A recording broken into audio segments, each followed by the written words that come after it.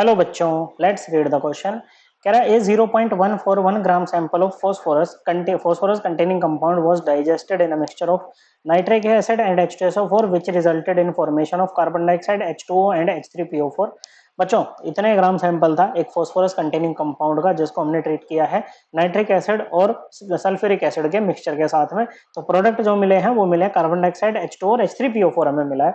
Okay बच्चों, फिर कह रहा है जब उसमें आपने अमोनियम मोलिब्डेट डाला बच्चों तो उसमें उससे प्रेसिपिटेट आया, it yielded a solid having, ये सॉलिड मतलब प्रेसिपिटेट आया बच्चों, having the composition NH4 whole thrice PO4 dot 12MOO3। Okay बच्चों, फिर ये जो प्रेसिपिटेट आया this was filtered, washed and dissolved in 50.0 millilitre of 0.20 molar NaOH। और ये रिएक्शन हमें दे रखी है बच्चों।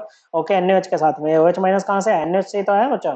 Okay, NaOH gives Na plus plus OH minus. Okay बच्चों, तो ये हमारा प्रोडक्ट है। अब इसमें क्या था बच्चों, जितना NaOH यहाँ पर रिएक्ट होना था हो गया बच्चों। उसके बाद इसमें क्या करा बच्चों कि इस सॉल्यूशन को बॉईल किया ताकि ये जो अमोनिया यहाँ पर बना है इसको रिमूव किया जा सके। और जो बचा हुआ है NaOH था बच्चों उसको टाइट्रेट किया है 14.1 मिलीलीटर ऑफ 0.174 मोलर HCl के साथ में। अब कह रहा है दी रिएक्टेड मिलीमोल्स ऑफ NaOH आपको बताने हैं विद सॉलिड। ओके बच्चों, मतलब ये जो सॉलिड है, ये जो प्रेसिपिटेट है, इसके साथ में कितने मिलीमोल आपके NaOH के रिएक्ट किए हैं। ओके, ये हमें बताना है। तो इसमें हमें अब किसी चीज पे ध्यान नहीं देना। देखो मैं हाईलाइट कर रहा हूँ जिस जिस चीज पे आपको ध्यान देना है बच्चों।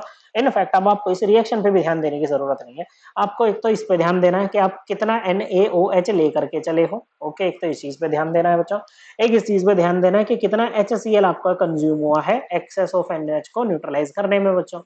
किसको, एक्सेस ऑफ NaOH को न्यूट्रलाइज करने में। अब NaOH और HCl क्या है बच्चों, NaH एक स्ट्रॉन्ग बेस है, HCl एक स्ट्रॉन्ग एसिड है बच्चों। एसिड बेस रिएक्शन इनके बीच में होगी NaCl plus H2। Balanced equation है बच्चों। ओके, एक मोल NaH जो है वो एक मोल HCl के साथ में रिएक्ट करता है बच्चों।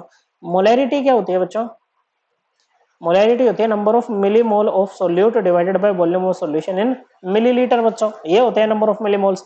ओके बच्चों, so number of millimole of HCl बच्चों, HCl के मिलीमोल कितने हो जाएंगे बच्चों। देखो ये मोलैरिटी जैसे मोलर दे रखा है ना, इसकी यूनिट होगी मिलीमोल पर मिलीलीटर। तो ये हो जाएगा 0.174 मिलीमोल पर मिलीलीटर मल्टीप्लाइड बाय वॉल्यूम कितना है 14.1 मिलीलीटर है बच्चों। मिलीलीटर से मिलीलीटर गया, ये आंसर आपका मिलीमोल में आ जाएगा। ये आएगा बच्चों 2.4534 मिलीमोल। ओके, सिमिलरली आप number of millimole of NaOH निकाल लो। और यहाँ पर हम NaOH के साथ में T लिख रहे हैं, मतलब टोटल जो आप शुरुआत में आपने लिए थे बच्चों इसके।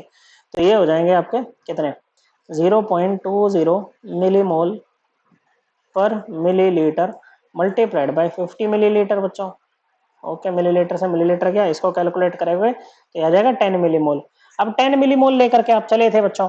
अब जो एक्सेस थे, जितने लग गए बच्चों इस रिएक्शन में, जो एक्सेस थे उनको न्यूट्रलाइज करने के लिए बच्चों आपको कितने मिलीमोल HCl लगी बच्चों, इतने मिलीमोल HCl लगी। अब जितने मिलीमोल HCl लगेगी बच्चों उतने ही तो मिलीमोल NaOH के रिएक्ट किए होंगे NaOH के साथ में बच्चों। So therefore millimole of NaOH ई लिख रहे हैं बच्चों, इसका मतलब है एक्सेस में कितने थे जो HCl के साथ रिएक्ट किए हैं बच्चों। ओके, तो ये थे आपके 2.4534 millimole. Okay, so millimole of NaOH यहां पर लिख रहे हैं हम R, मतलब ये रिएक्टेड है विद दिस प्रेसिपिटेट। ये कितने हो जाएंगे बच्चों, टोटल कितने थे 10 माइनस ये एक्सेस वाले 2.4534 मिलीमोल। कैलकुलेट किया तो कितना आ रहा है बच्चों, ये आ जाएगा आपका 7.5466 मिलीमोल। 2 डेसिमल प्लेस तक आंसर देना है बच्चों, तो इसको ड्रॉप करना है। 5 से ऊपर है तो प्रीसीडिंग डिजिट 1 से इंक्रीज हो जाएगी बच्चों राउंडिंग ऑफ में। तो आ जाएगा 7.55 millimole. Correct answer option 1। I hope आपको एकदम क्लियर हो गया होगा। थैंक यू बच्चों।